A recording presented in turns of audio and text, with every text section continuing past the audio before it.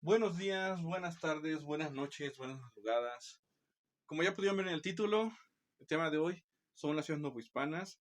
Vamos a empezar entendiendo eh, dos elementos. Primero, todas las ciudades novohispanas procuran en la medida de lo posible seguir una traza reticulada. Esto es, hay una plaza mayor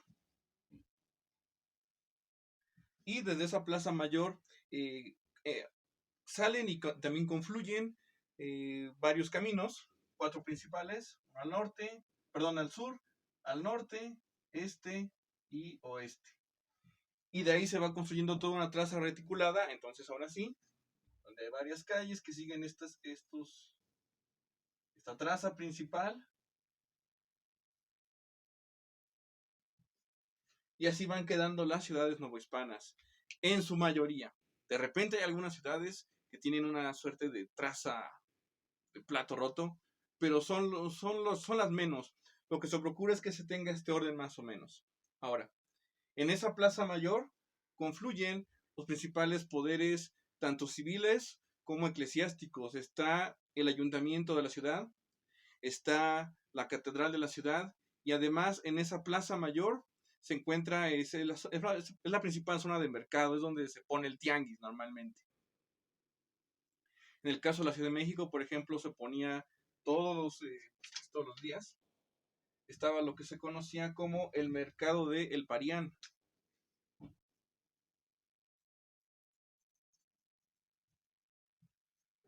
Ese mercado del Parián, pues había incluso comerciantes asiáticos. En lo que hoy es el Zócalo, pues había varios locales de todo tipo. Locales de comida, locales de ropa, locales de alhajas. Todo lo que te imagines que se puede comprar en un mercado, se compraba en ese entonces en el mercado del Parián. Eh, Eran puestos de madera, semifijos, donde pues seguido como pues había gente que cocinaba, había puestos de comida, pues seguido había incendios también, entonces era algo muy frecuente. De hecho, el mercado de Parián sobrevivió hasta después de la independencia de México. Siglo XIX, bien entrado siglo XIX, por ahí de mediados del siglo XIX, seguía operando el mercado de Parián.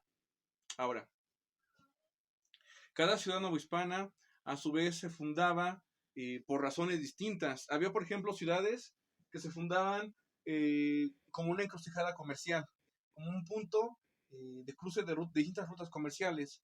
Un ejemplo característico de este tipo de ciudades es justamente Puebla. Puebla se funda para aprovechar al máximo las rutas comerciales que salen de la Ciudad de México hacia Veracruz y de Veracruz hacia la Ciudad de México, y por Puebla justamente atravesaban todas esas rutas y confluían otras rutas menores hacia Tlaxcala, hacia Cholula, etcétera. Tenemos también ciudades que se fundaban para hacerle contrapeso a núcleos indígenas. El ejemplo más notable de ello es la ciudad de Valladolid, la actual Morelia. Valladolid se funda para hacerle contrapeso a la ciudad de Pátzcuaro.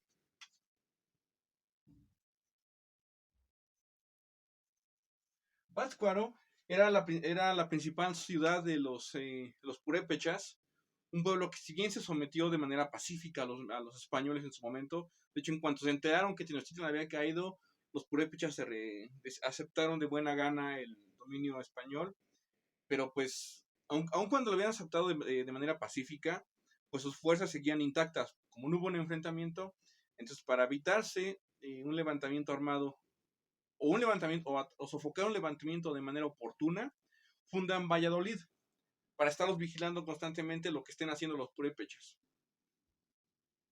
Otra razón por la cual se fundan ciudades en Nueva España es para tener un centro urbano en una zona rica en producción de alimentos, sobre todo de cereales. El ejemplo más emblemático de esto es Querétaro. Entonces esta ciudad se funda justamente para que las grandes haciendas productoras de alimento, las grandes haciendas agrícolas, concentran ahí su riqueza. No necesariamente que concentran ahí sus cereales, a veces, muchas veces sí, pero sobre todo para concentrar la riqueza y que ahí vivan justamente las familias acaudaladas, las familias dueñas de estas haciendas. Normalmente no vivían en sus haciendas, sino que se le encargaban a algún capataz y ellos vivían de sus rentas ya en la ciudad, cómodamente. Otra razón para fundar una ciudad es para tener un real de minas, es decir, así como Se fundan ciudades en zonas donde hay muchas haciendas mineras. También se fundaban ciudades, obviamente, donde había muchas haciendas mineras. El ejemplo más emblemático de esto es Zacatecas. Zacatecas, que por cierto no sigue esta traza reticulada, más bien como hecha un caos, está de plato roto. Pero al final también es una ciudad que se funda para concentrar ahí toda la riqueza y que sea más fácil también de defender, en lugar de tener que defender muchas haciendas, defender solamente la ciudad de Zacatecas, donde se concentra toda la riqueza generada por la actividad minera. Y también se fundan ciudades donde ya había asentamientos previos, asentamientos indígenas. El principal ejemplo de esto es la Ciudad de México, que la Ciudad de México se funda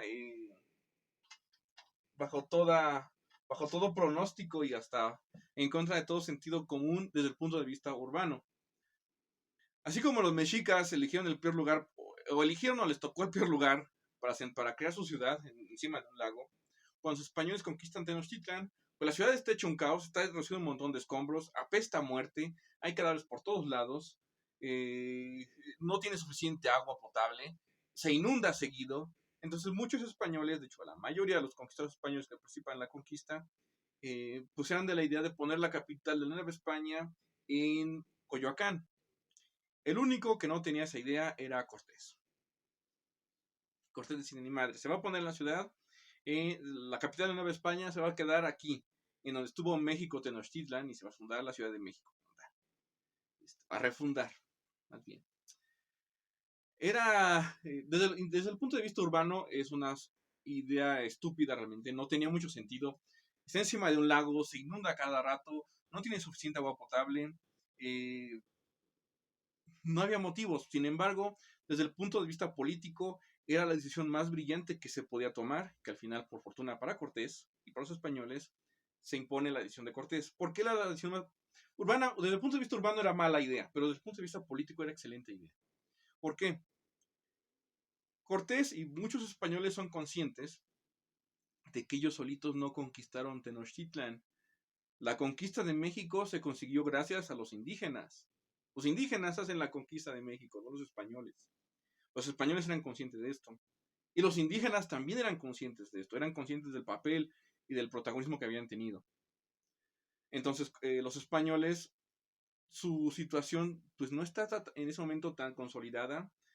Así como los españoles tenían sus objetivos estratégicos, los indígenas también tenían los suyos. Y la única forma de mandar un mensaje claro de que quienes mandaban ahora en el mundo, en lo que alguna vez fue Mesoamérica, eran los españoles. Para mandar ese mensaje claro, había que asentar el poder de la Nueva España en donde estuvo la principal ciudad mesoamericana, que era Tenochtitlan.